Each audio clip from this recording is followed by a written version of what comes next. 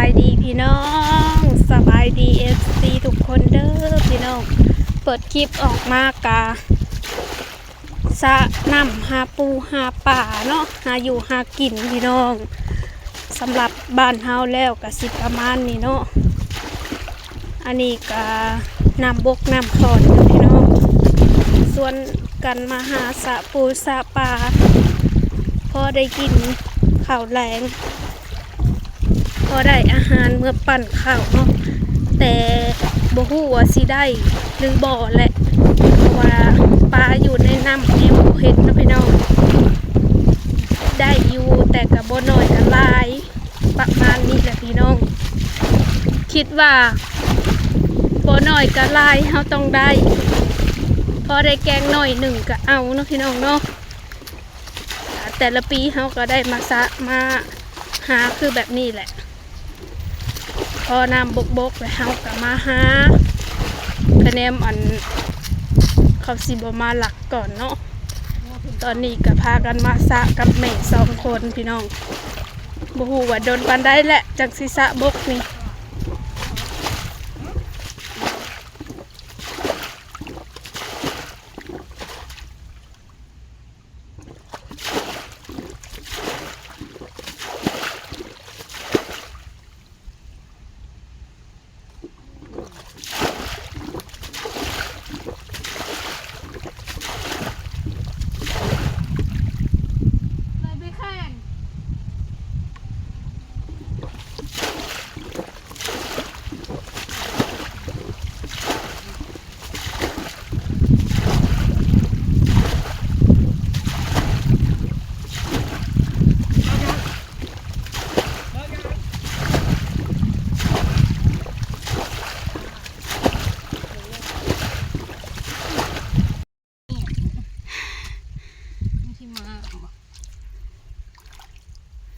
สิบกแล้วพี่น้องเอ้ย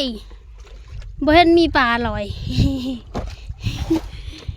บ่เห็นมีปลาตุดๆเตียดๆเสื้อม้อยอยู่สิได้กินอยู่บ่มื้อนี้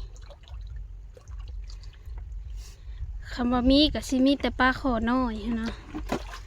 กับบ่หลายหมักหอยกระปูกับบ่มีกบกับบ่มี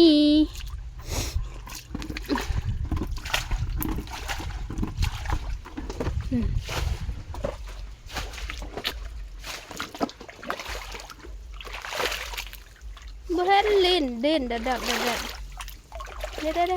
สมองนี่เห็นละเห็นละโอ้น้ำยังเลิกอยู่โอ้ยสะก่อนเดี๋ยวมาถากเก็บพร้อมกันเด้อพี่น้องเด้อเด้ปลาขาวเด้ปลาขาวปลาอีกใช่โอ้ยได้อยู่ดอกพูดปาดซองต่อพี่น้องเพิ่นสะขึ้นน้องนั่นเขาก็ไปสะขึ้นน้องนั่นต่อปล่อยเบิดแขนเบิดขานี่ส่วนสิได้กินนี่กินกะทับเดียวกับเบิด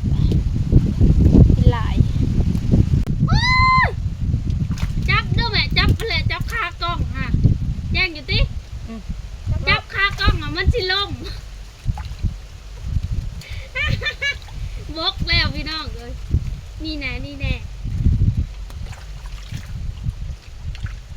ขักอะไรนี่แน่จับยังกันก็ได้จ้ะ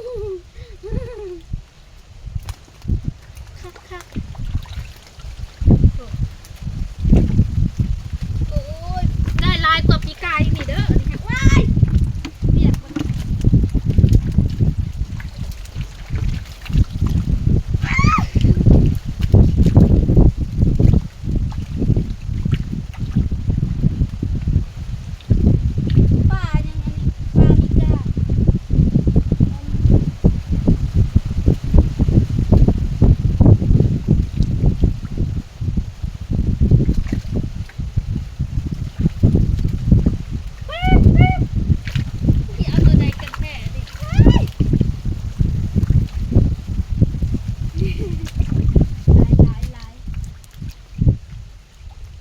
ปีไก่นี่ฮะน่าจะแม่น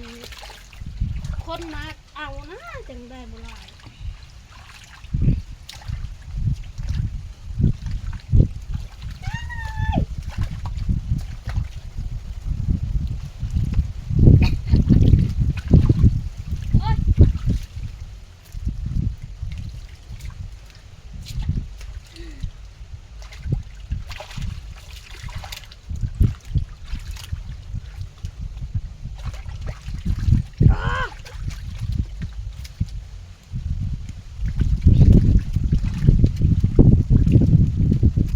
ปลาคอ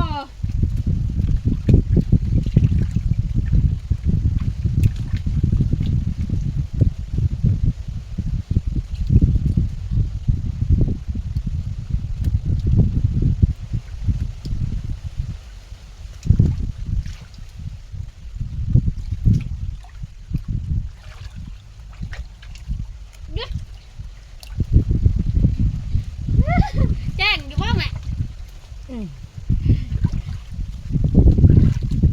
ปลาบุกลายหนึ่งผัดว่าลืมกดมาจาก ที่อยากอันนี้ก็มามั่ง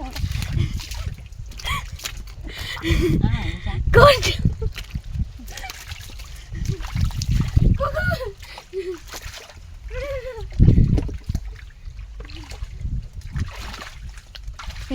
อ่างความจะสื่อบ่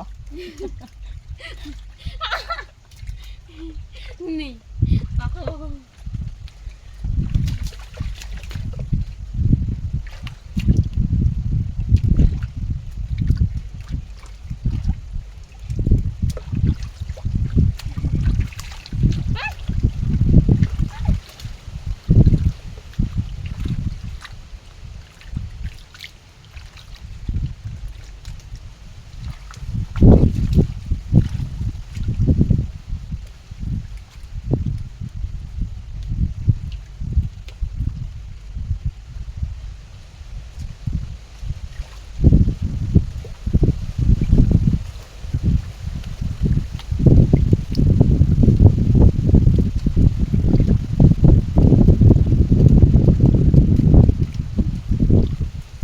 อยู่คุมมันน่ะล้มเนาะ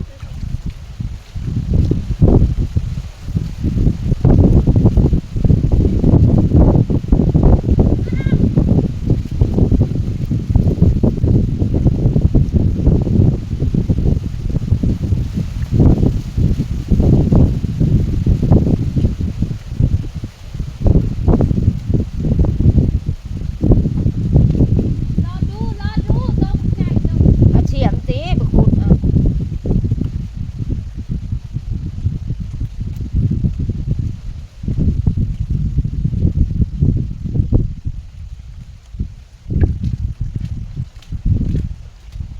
ใน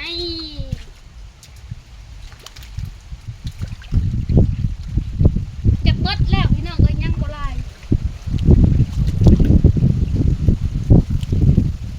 แต่หลายเติบเลยเด้อจะกิน2 มื้อ 3 มื้อแล้วเบิดแล้วบ่ปลาดุก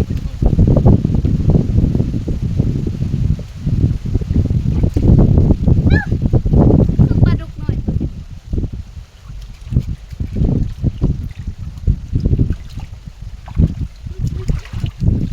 เฮ้ย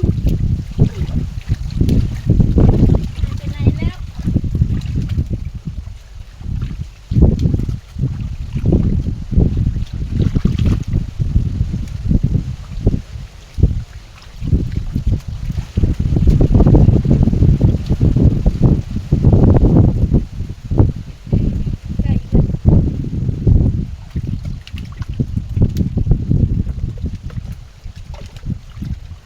มันพี่น้องเอ้ยมือนี้หนามบ่ ปลาดุกค่ะตี้ ตัวป่านะ จัก เรียนหนามมันหมื่นบ่ใช่ มันก็ปวดจ้ะ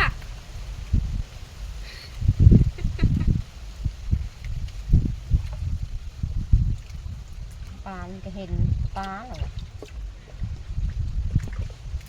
น้ำเงี่ยงปลาดุกก็พวก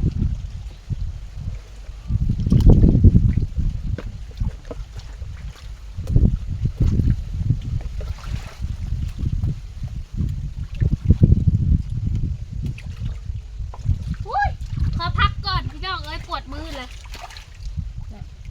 เลือดออกเลยเบิดแล้วพี่น้องนี่ได้ซับนี่แหละนี่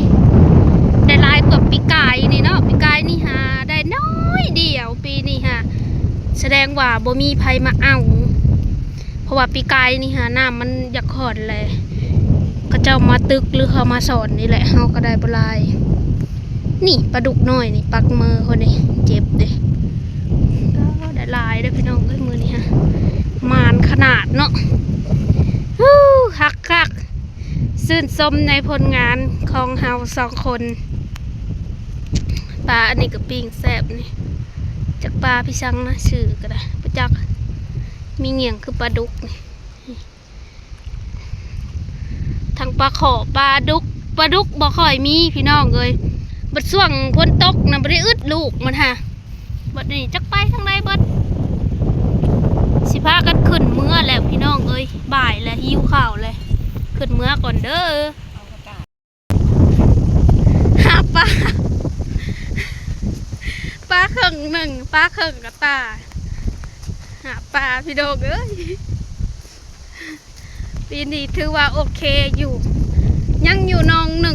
งค่ะจักสิทันเขาหรือบ่แหละปีกายนี่บ่ทันกับเจ้าอันที่จริงกับน้องเฮาเองนี่แหละเขามาหลักช่วงนี้น้ำบกเลยปีนี้คันบ่มียังคัดของสิลองเห็ดตอนเห็ดหลี่คือเขาจนเถื่อได้กินอันนี้ก็คือผลงานของมือนี้นะพี่น้องทั้งมวลทั้งเมื่อยหลายนะสำหรับคลิปนี้ฝากกดไลค์กดแชร์เป็นกำลังใจให้หน่อยเด้อพี่น้องเด้อเฮ้ยพอกันคลิปใหม่เด้อพี่น้องลอยแขนเลย